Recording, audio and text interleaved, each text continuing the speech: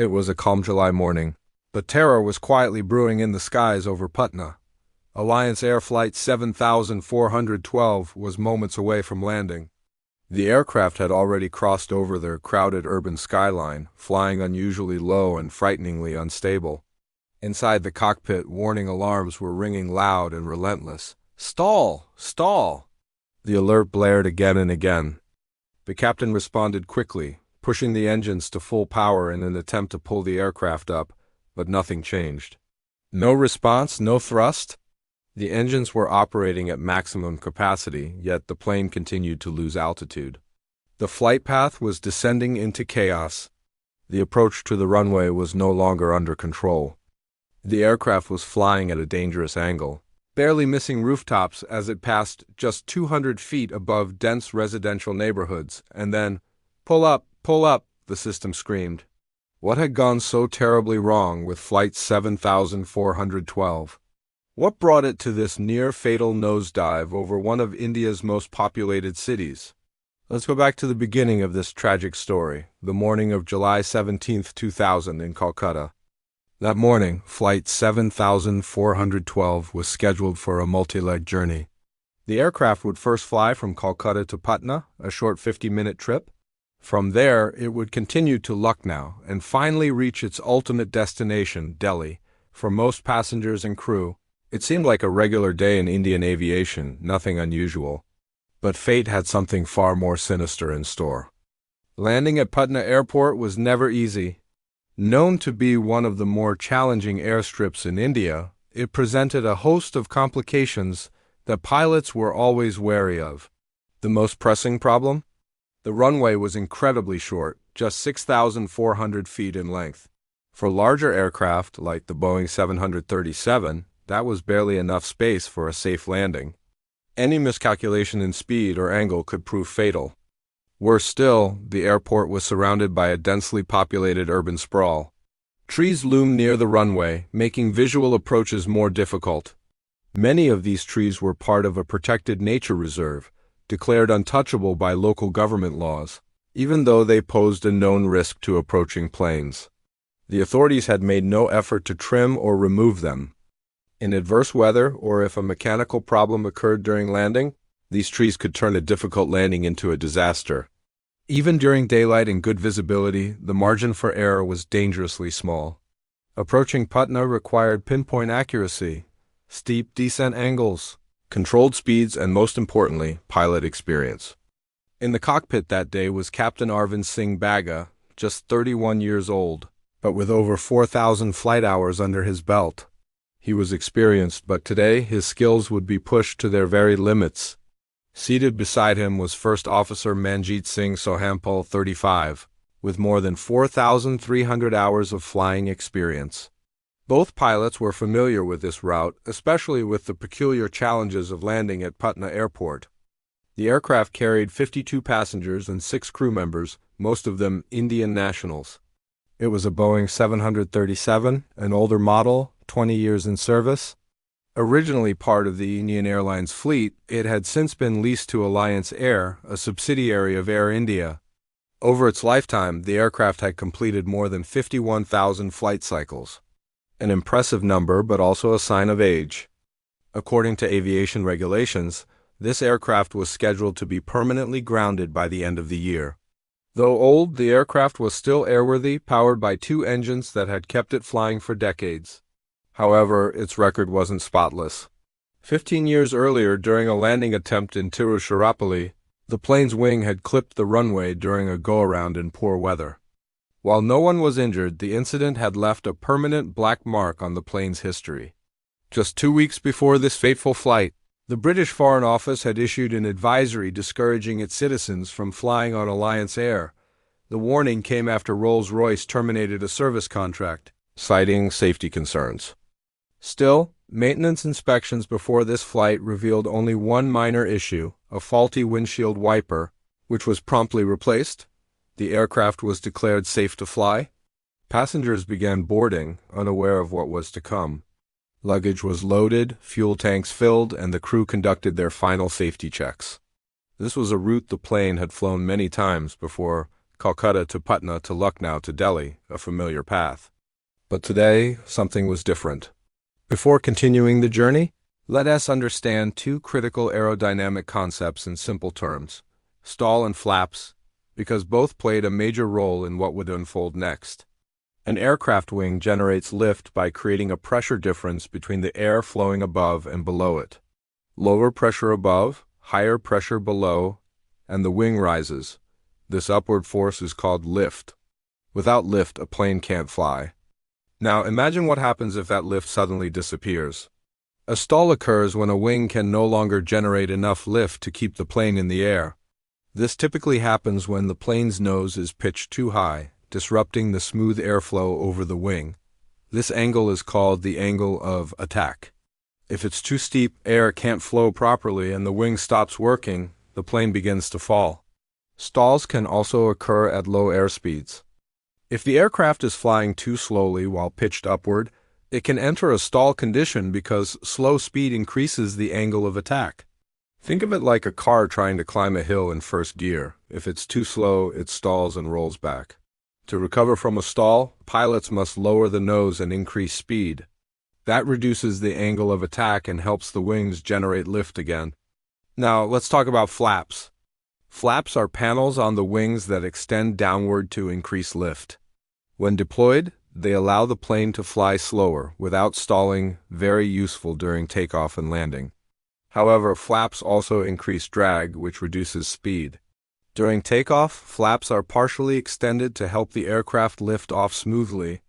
During landing, they are extended more fully to allow for a slower, more controlled descent.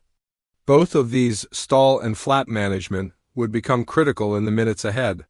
Back in Calcutta, everything appeared routine. The aircraft taxied to the runway, and at 6:51 a.m., Flight 7412 took off. It climbed to cruising altitude without issue. At 7:01 a.m., the flight exited Calcutta's airspace and was handed over to Patna Air Traffic Control. Captain Baga was now at the controls, with Captain Sohampal managing communications.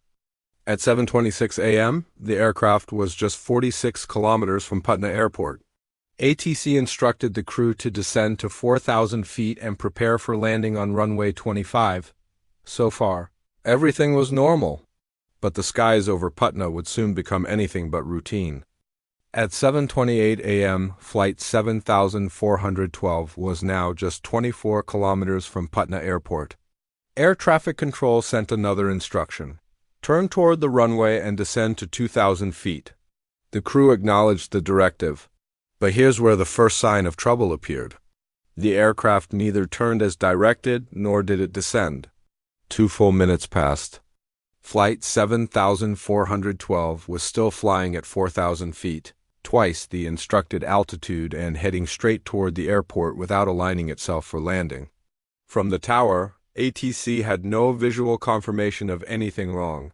They assumed the aircraft was still following standard approach procedures. But inside the cockpit, silence had begun to dominate. Captain Sohampal had received the instruction to turn and descend, but for reasons unknown, he didn't relay it immediately to Captain Baga, who was flying the plane. A critical communication gap had just opened up between the two pilots. By the time the captain realized how close they were and how high they still were, it was already too late for a normal descent. At that altitude and distance, a safe approach to Patna's short runway was physically impossible. In a last-minute effort to manage the situation, the pilots began a series of zigzag maneuvers, weaving left and right in the air to extend their flight path and bleed off altitude more quickly. This unconventional method might have worked if they had more space and time, but in Patna, neither was available. They first deployed the flaps, then banked the plane left to slow down. Next, they increased the flaps to 5 degrees and turned right. Flaps increase lift and reduce speed, helpful for descent, but only if used precisely. Finally, they extended the flaps to 15 degrees and turned left again, hoping the added drag and lift would help them lose altitude faster and align with the landing path. But even now, they were still flying far too high. By this point, the aircraft was just 6 kilometers from the airport, but still at 3,000 feet. In contrast, a normal approach profile requires an aircraft to be at 2,000 feet and roughly 20 kilometers out, They were descending too late, too steeply, and too fast. And worst of all, they were running out of options. Captain Baga lowered the landing gear. The cockpit was tense. No words were exchanged, but the stress was visible in every action. Then, in a move that raised many questions later, the captain pulled the engines back to idle. That's equivalent to putting a car in neutral on a downhill slope. With this, they were fully committed to the descent. He then extended the flaps fully from 15 to 40 degrees, the maximum setting. This would dramatically slow the aircraft while providing more lift to ease the landing. It was a bold move, and perhaps the last one they could make. But now, as the aircraft neared the ground, it began to sway again, entering another zigzag pattern. Each movement seemed increasingly desperate, raising concerns about whether the plane was still under full control. By 7:32 a.m., Flight 7412 was just 2 kilometers from the airport. At this distance, the aircraft should have been flying between 610 to 650 feet. Instead, it was at 1,284 feet, double the safe height for a proper landing approach. The odds of making a safe touchdown were vanishingly small. The logical decision at this point would have been to call off the landing attempt and perform a go-around, climb again, and reattempt the landing with proper altitude and alignment. But that conversation never happened. Without consulting his fellow pilot, Captain Sohampal suddenly requested a 360-degree orbit from ATC, asking for permission to circle the airport once. ATC approved the request, unaware of the trouble in the cockpit. However, this maneuver was not part of Alliance Air's standard operating procedures. It was unexpected, and worse, it sowed more confusion in an already stressful environment. At the time, the aircraft was flying at 241 kilometers per hour, fast but manageable. The moment the orbit was approved, the aircraft banked sharply left, then right again. It entered yet another zigzag pattern, but now the aircraft's nose was slowly pitching upward, a very dangerous situation given their low altitude and reduced speed. As the nose climbed, the airspeed began to fall. First, it dropped from 241 to 226 kilometers per hour, then further down to 220 kilometers per hour, but no, corrective action was taken. Captain Baga remained focused on the runway ahead while Captain Sohampal was busy speaking with ATC. Both pilots failed to notice that their airspeed was now entering the danger zone. And as we learned earlier, when an aircraft's nose goes up and speed drops, a stall is likely. That's exactly what happened next. The stall warning alarm suddenly erupted in the cockpit. There was no time left. Every second now counted toward catastrophe. Captain Sohampal reacted by pushing the engines to full throttle and initiating a climb. The landing gear was retracted. He also reduced the flap setting from 40 degrees back down to 15, but this was a critical mistake. Reducing the flaps in a stall condition caused a sudden drop in lift, making it even harder for the aircraft to stay airborne. In fact, during a stall recovery, flap settings are typically maintained until speed is regained.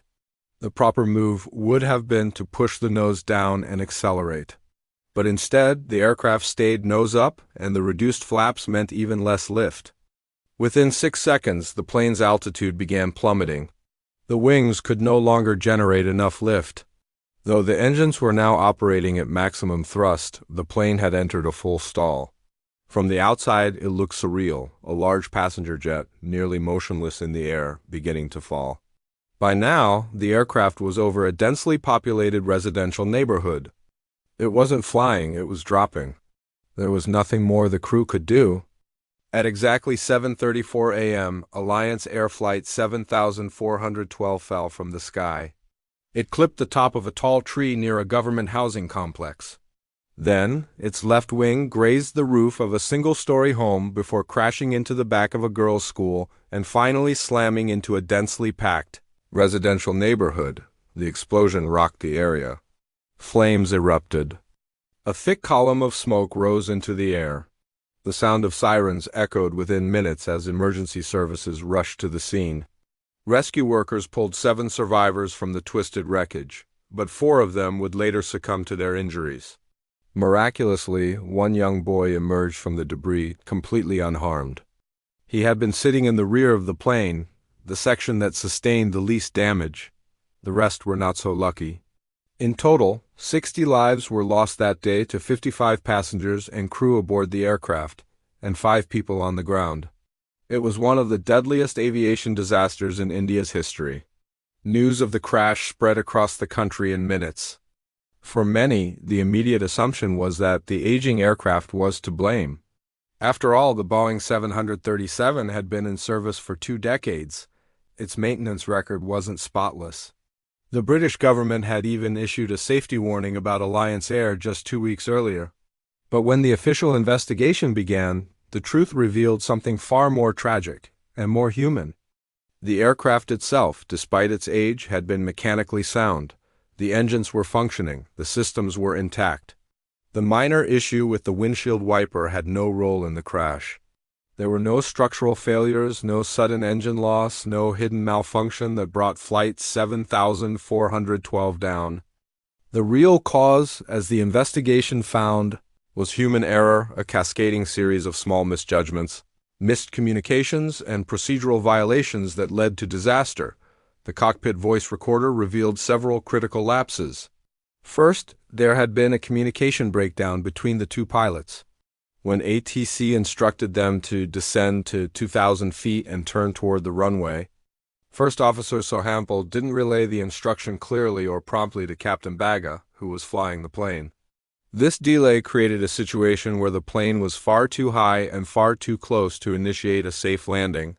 Then came the zigzag maneuvers, a desperate attempt to lose altitude quickly by extending the flight path.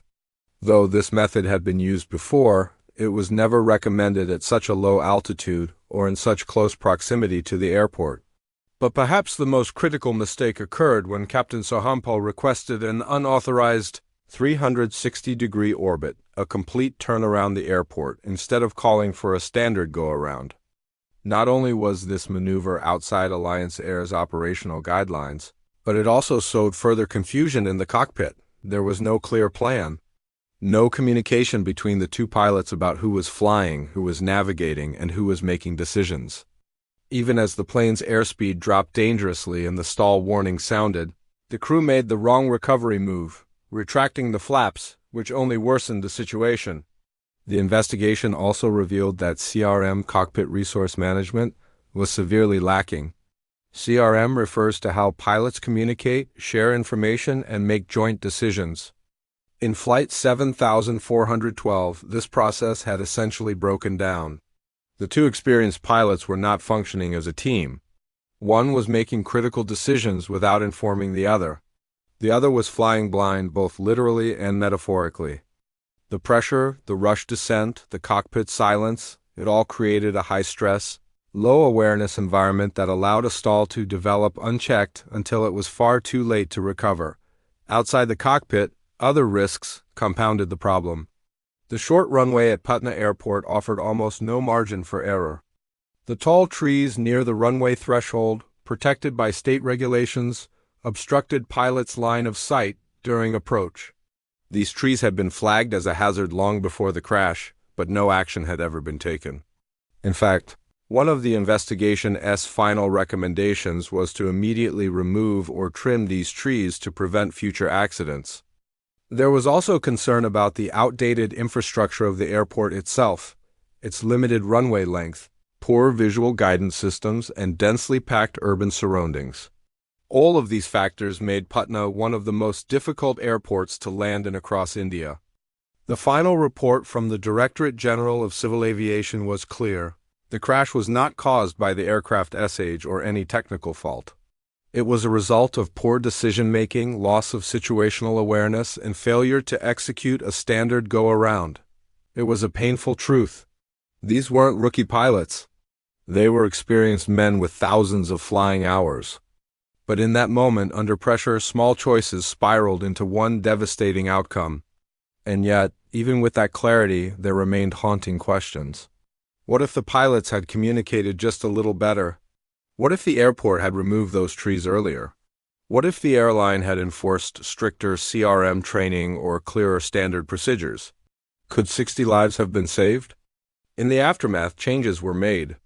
CRM training across Indian carriers was revisited.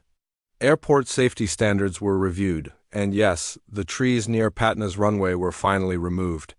But for the families of those lost, those changes came too late. The memory of Flight 7412 remains a tragic lesson in aviation history, not just of what went wrong, but how fragile the margin of safety can be when communication, teamwork, and judgment begin to slip.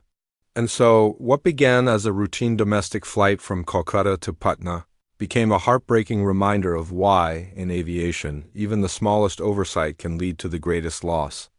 May the souls of those aboard rest in peace, and may their story never be forgotten.